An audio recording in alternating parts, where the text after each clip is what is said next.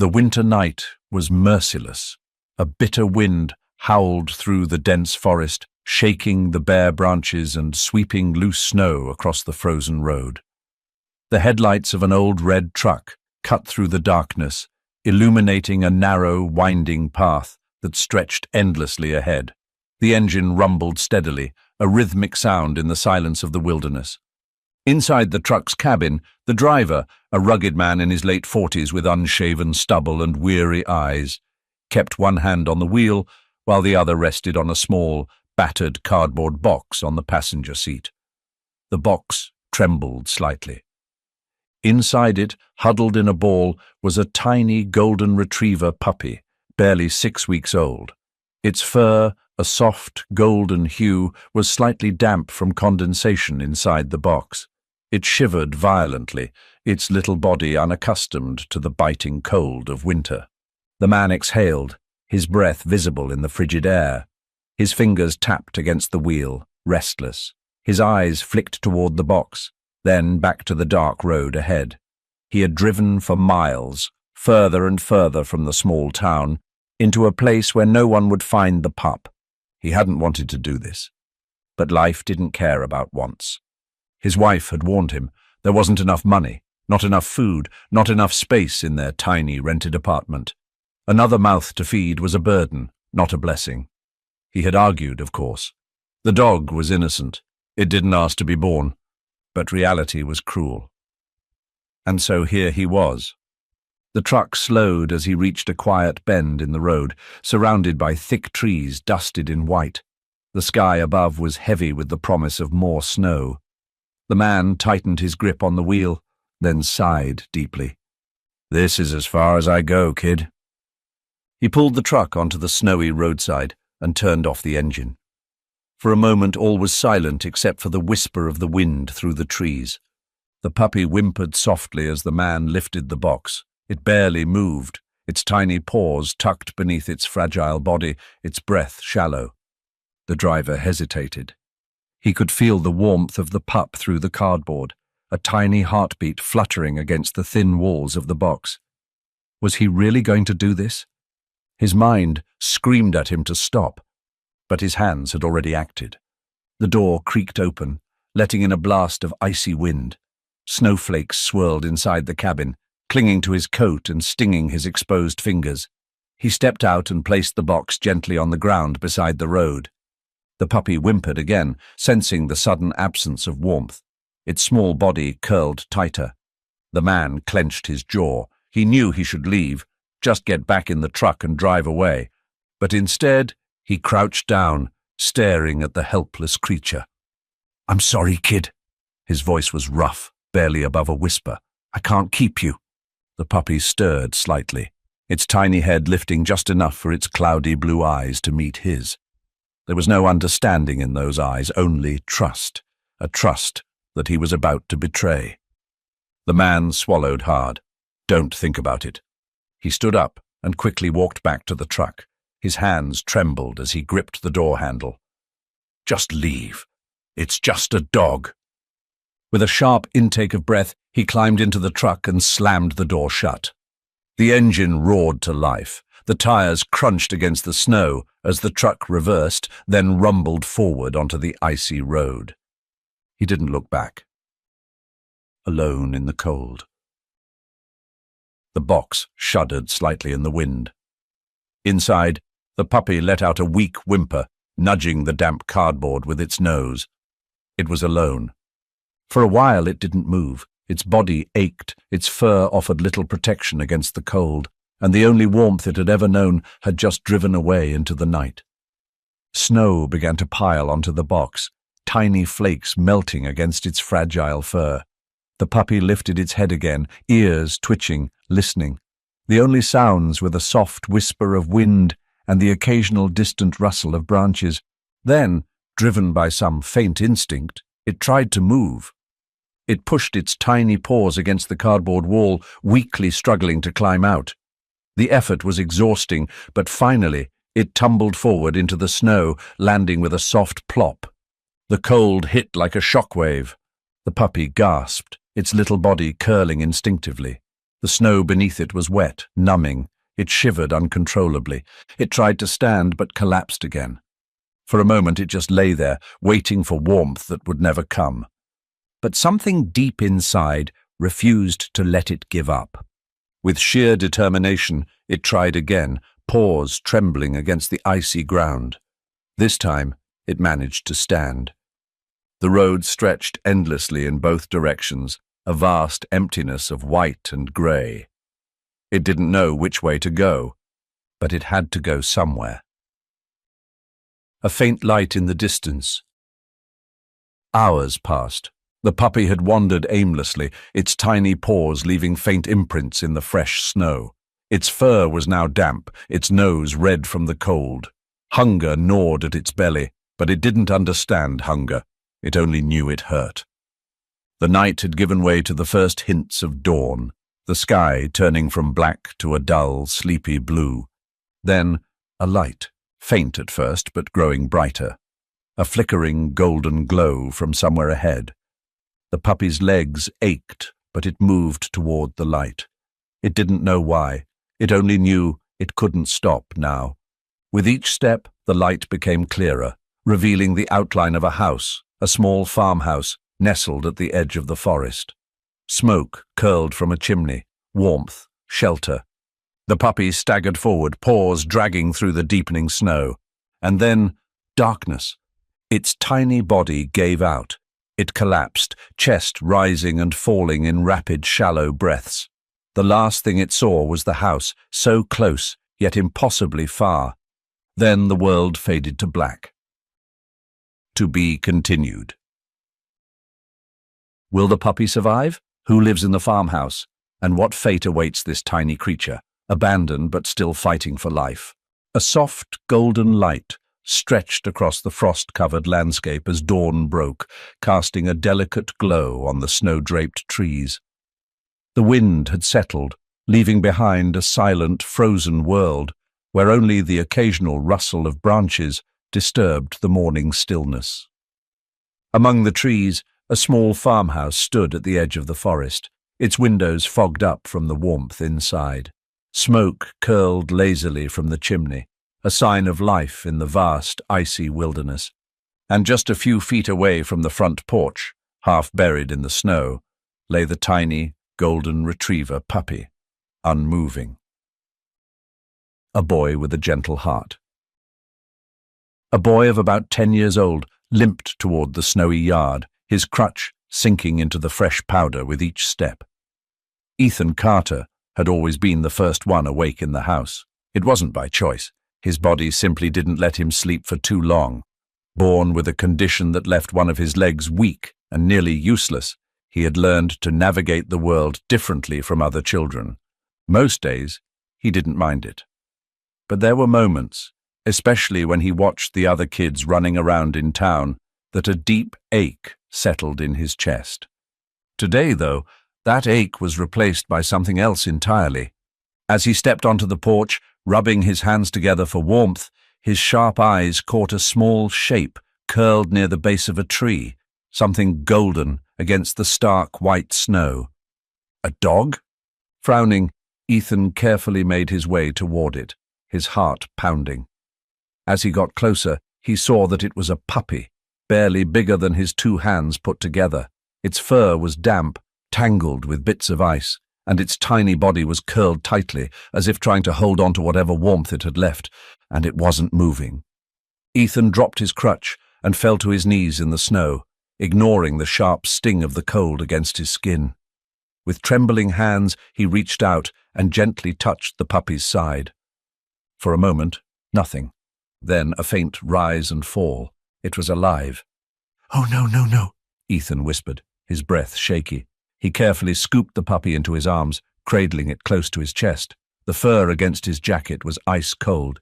He didn't hesitate. Using all the strength in his good leg, he pushed himself up, grabbed his crutch, and hobbled back to the house as fast as he could. A mother's hesitation. The warmth of the farmhouse wrapped around them as Ethan shoved the door open with his shoulder. The smell of wood smoke and fresh bread filled the air, but he barely noticed it. "Mom!" he called out, his voice urgent. Mom, come quick! Sarah Carter appeared from the kitchen, a dish towel in hand, her face creased with concern. She was a woman who had seen too many hardships for her young age. Lines of exhaustion marked her eyes, but her heart was soft. "What's wrong?" she asked, wiping her hands. But the moment she saw the bundle of fur in her son's arms, her expression hardened. "Ethan," she said slowly, "what is that?" "It's a puppy. It was outside in the snow. It was freezing. Mum, we have to help it." Sarah exhaled sharply, wiping her forehead with the back of her hand. A dog, another mouth to feed, another responsibility. And yet, when she looked at her son, his bright blue eyes wide with desperate hope, something inside her wavered. It had been a long time since she had seen that kind of light in him. Still, she tried to reason with him. "Ethan, honey, we don't have—" "Please, Mom," Ethan interrupted, his voice trembling. "I know we don't have much, but he has nothing." The words hit her like a slap. For a moment she stood there, torn between logic and the raw love in her son's voice. Then she sighed, her resolve breaking. "All right," she muttered, shaking her head. "All right, but I'm not making any promises." Ethan grinned, relief flooding through him. "Thank you, Mum. I swear I'll take care of him." Sarah muttered something about soft hearts being the end of them all, but she was already kneeling down, examining the tiny creature. "He's cold. We need to warm him up first." Ethan hurried to grab a soft towel while Sarah brought the puppy closer to the fireplace, rubbing its fur gently, encouraging warmth to seep back into its tiny body. The puppy stirred slightly, its small nose twitching. It was fighting. A name for a fighter. For the next few hours, Ethan barely left the puppy's side. He fed it small drops of warm milk, kept it wrapped in blankets, and whispered gentle words as it slowly regained strength. By afternoon, the puppy's eyes finally opened. Ethan beamed. "Hey there, little guy." The puppy blinked at him, still weak but no longer lifeless. Sarah leaned against the table, arms crossed. "Looks like he made it." Ethan looked up at her. "Can we keep him?" Sarah sighed, shaking her head. "You're impossible, you know that." Ethan grinned. He already knew the answer. Now, all that was left was a name.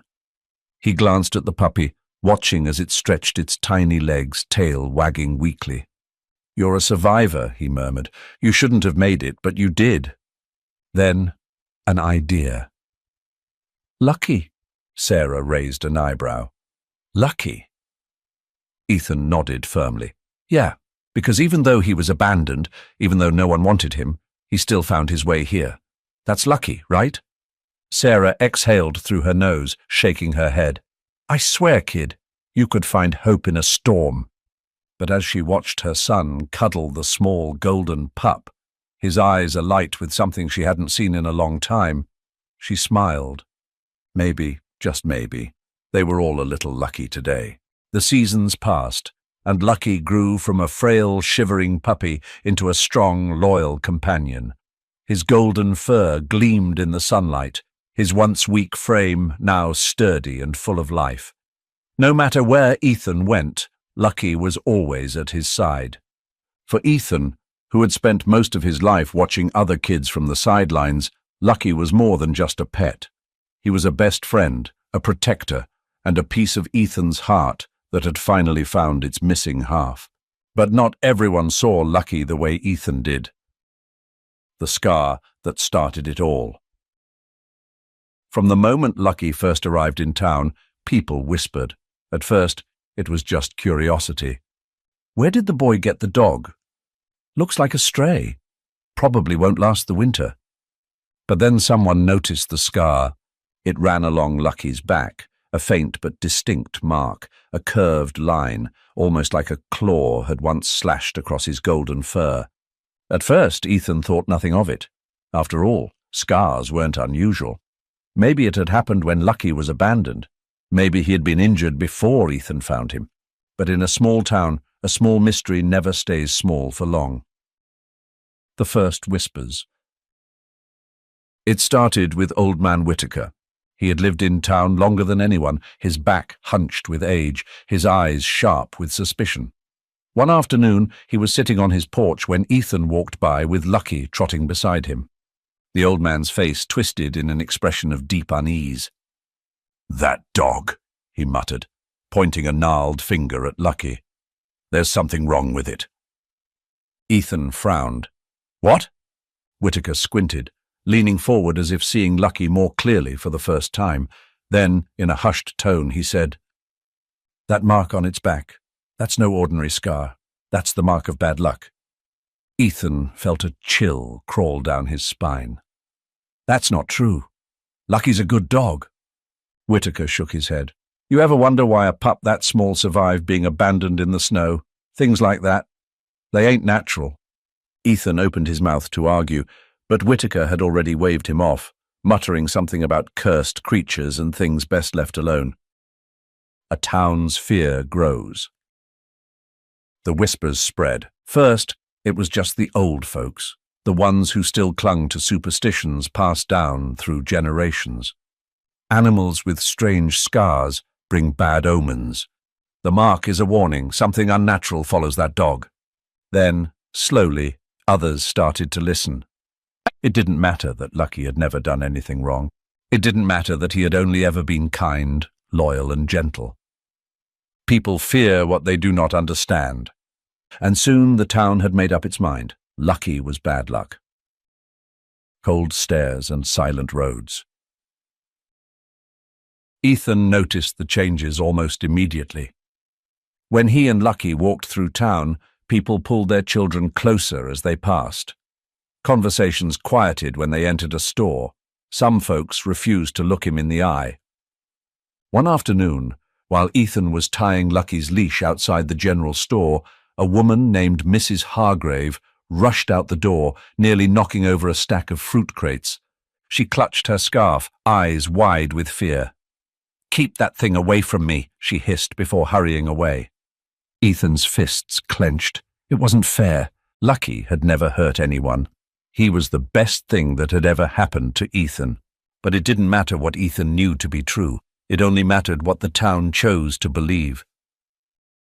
The day it turned ugly. One morning, Ethan took Lucky to the woods behind his house, the one place they could still be free.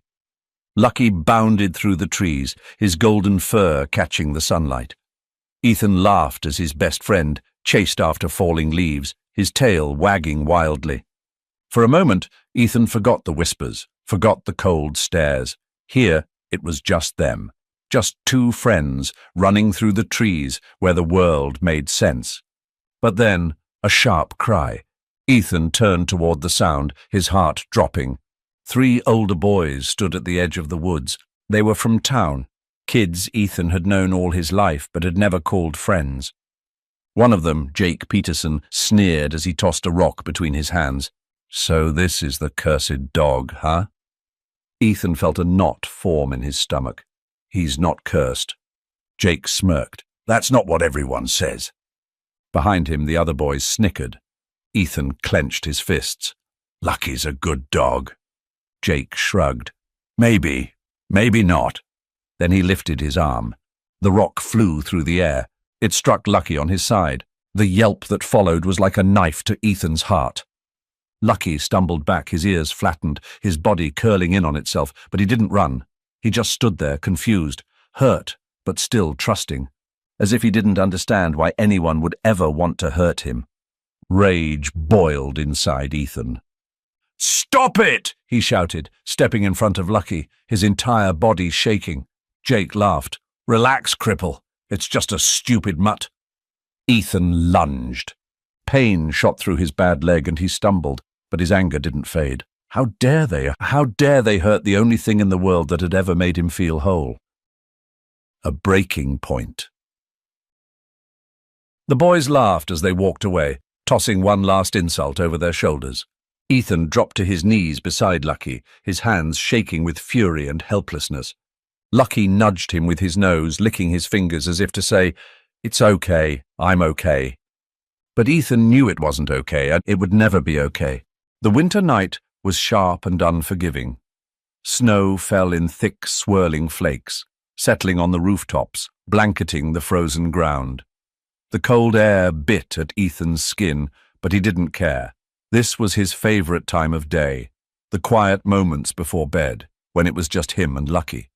The golden retriever bounced happily beside him, his fur dusted with white, his breath visible in the frigid air. Ethan laughed as he tossed a small stick into the snow, watching as Lucky bounded after it with boundless excitement. The boy was careful with his steps. His crutch dug into the snow with every move, helping him keep balance. But in the darkness, he miscalculated. The moment his foot landed on the slope, he felt it, his weight shifting too quickly, his crutch sliding out from under him. His stomach lurched. The world tilted. Then he was falling. A thin layer of ice. Ethan's back hit the frozen lake with a force that sent a loud crack echoing through the trees. The air rushed from his lungs, and for a second he couldn't move. Lucky barked frantically from the edge of the slope, his tail low, his entire body rigid with fear. Ethan tried to sit up, but beneath him the ice groaned. His heart pounded. He knew that sound. It meant the ice was too thin. Don't move too fast. He took a slow, measured breath, his body tensed, trying to keep himself still. Then a sharp crack. The ice beneath him split. A web of fractures spread out from his body, thin white lines against the dark, frozen water below. He was running out of time. A dog's instincts. Lucky couldn't understand what was happening. His best friend was lying on the ice, not moving right. The air smelled different, dangerous. He barked louder, running along the edge, his eyes locked on Ethan. He wanted to help. But how? Then Ethan called his name, his voice weak, afraid. Lucky didn't think. He moved. With a desperate leap, he landed on the ice, claws scrambling for grip. The surface shuddered beneath his weight. "Lucky, no!" Ethan cried. "The ice! It's gonna break!" Lucky ignored him. He lunged forward, his teeth finding Ethan's jacket sleeve. He pulled, his small body straining against the weight. But Ethan wasn't budging. The ice groaned louder, the cracks widened. Lucky pulled harder, his growls turning desperate. But it wasn't enough. The ice was breaking. The town that wouldn't help. Not far away, in the warm glow of their homes, people heard the barking. They glanced toward the lake, seeing the frantic golden figure pacing back and forth. They saw the ice. They saw the boy. But instead of rushing out, they hesitated. That dog again. It's making a scene. Nothing good happens around that thing. And so they stayed inside. A truck on the road. Lucky's instincts screamed at him. No one was coming. He needed to do something. Then, a sound. A low rumble. A truck in the distance. Lucky turned, ears perked, body tense. A chance. Before fear could stop him, he ran. His paws hit the snow, his body a blur of gold against the white. He ran faster than he ever had before, through the field, across the icy road, straight into the path of an oncoming truck. A father's brakes scream. John Miller had been on the road for hours. The old truck rattled as it rolled down the highway, its headlights cutting through the falling snow. He had driven this route countless times, but tonight something felt different. He was restless. Something was pulling at him, a nagging feeling he couldn't shake. Then, in the next heartbeat, a blur of movement. A dog, running straight into his path. John's heart lunged into his throat. His foot slammed onto the brake. Tires screeched. The truck skidded across the icy road, sliding dangerously sideways before coming to a violent halt. For a second, everything was silent. John's hands trembled on the wheel, his heart hammered. What the hell just happened? Then, through the glare of his headlights, he saw it. A dog, golden fur, snow clinging to its coat. Not dead, not even hurt, just standing there, staring at him. And then it barked, once. Then it turned, racing back toward the lake. John's breath caught in his throat. Then he saw something else. Boot prints. Small boot prints. A child. His stomach dropped, and in an instant, he knew. This wasn't just any road. This wasn't just any dog. And those weren't just any footprints. He whispered the name before he even realized it. "Ethan!" His pulse thundered. He threw the truck into park and ran. Chapter 5, A Truth Buried in the Past. The world was ice and shadows.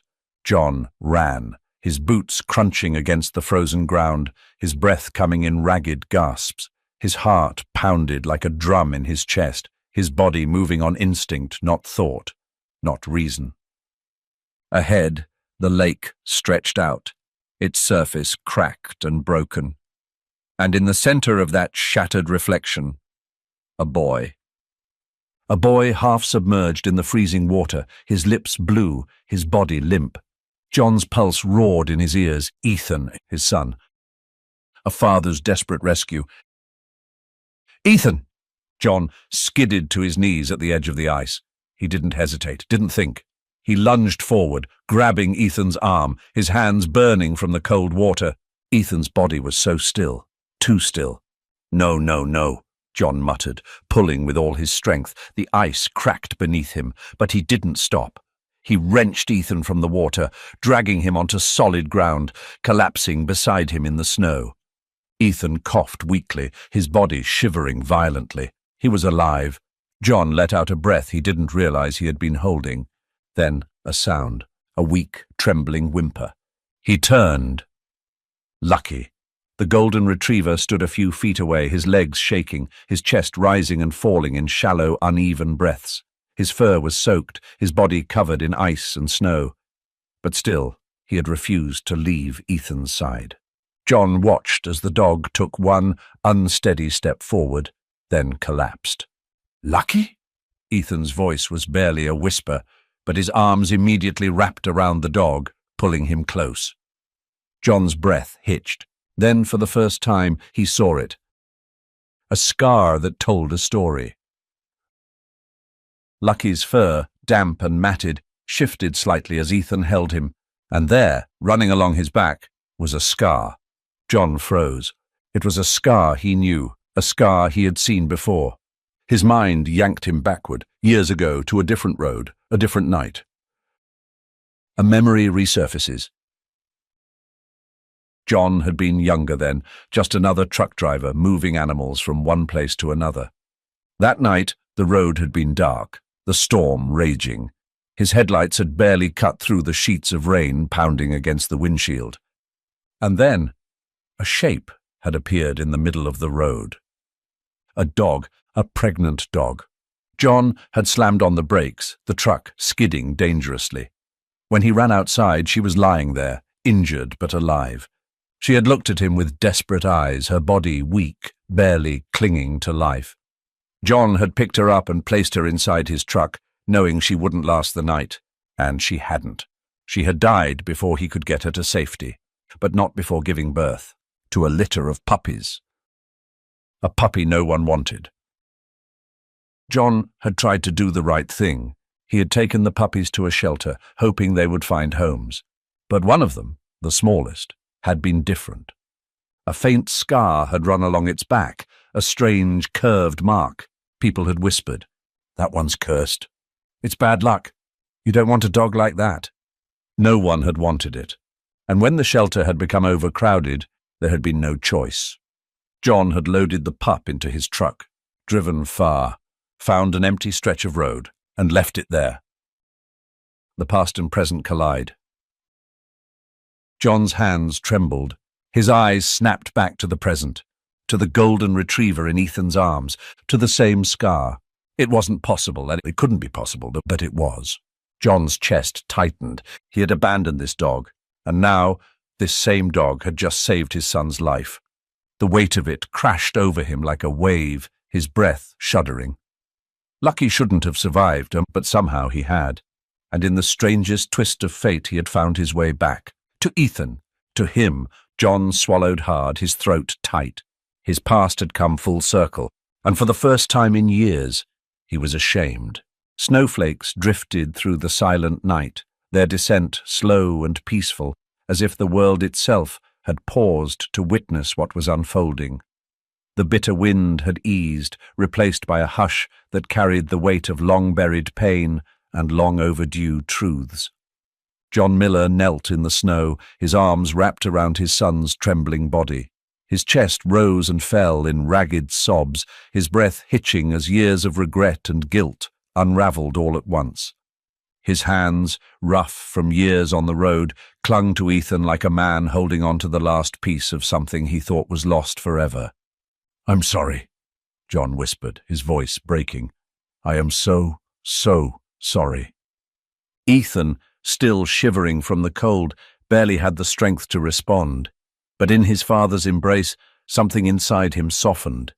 For as long as he could remember, John Miller had been a ghost, a name, a story his mother never wanted to tell.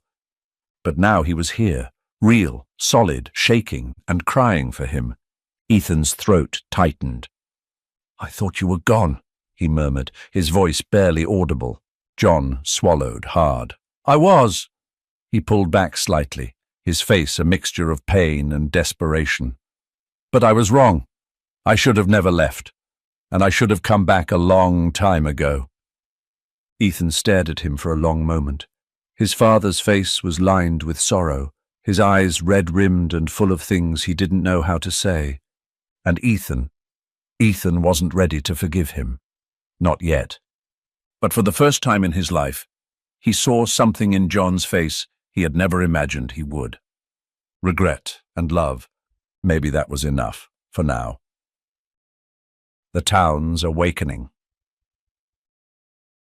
The commotion had drawn people from their homes. Shadows emerged from behind curtains, figures gathering on porches, watching from a distance as the story unfolded.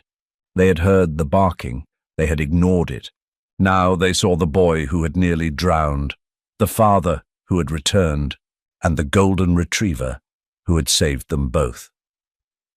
Lucky lay exhausted in the snow, his body limp, but his tail giving a weak wag at Ethan's touch.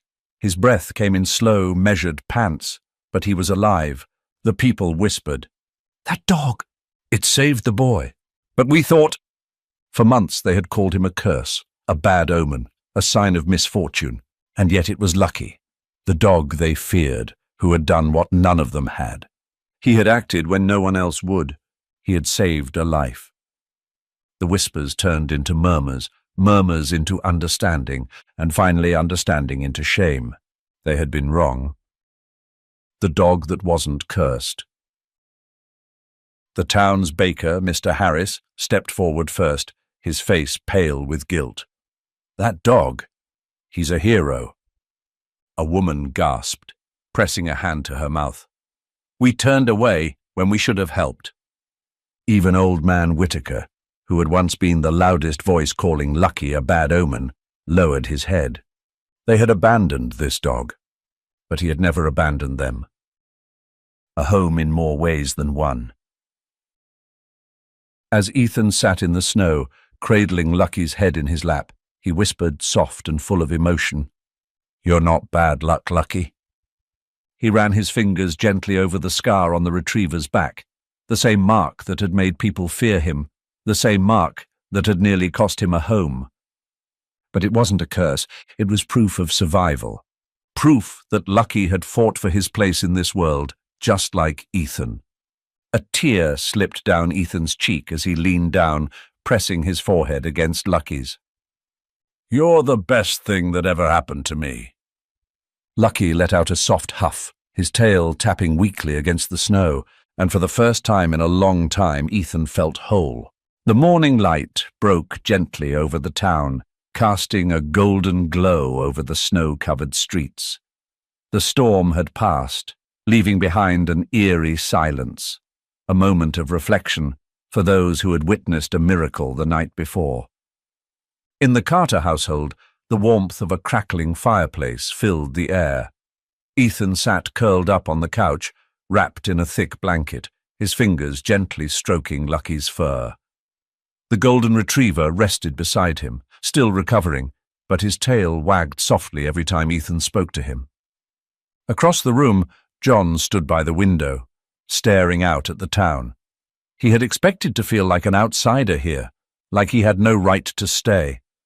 But somehow he didn't feel that way anymore, not after last night, not after seeing his son nearly slip away forever. He turned to Ethan, clearing his throat. "I know. I can't fix everything," he said slowly. "And I don't expect you to forgive me, just because I showed up at the right time." Ethan looked at him, his blue eyes thoughtful. "You didn't just show up." John tilted his head. "No?" Ethan's fingers tightened slightly in Lucky's fur. "Lucky brought you back." John inhaled sharply. The weight of those words settled deep in his chest.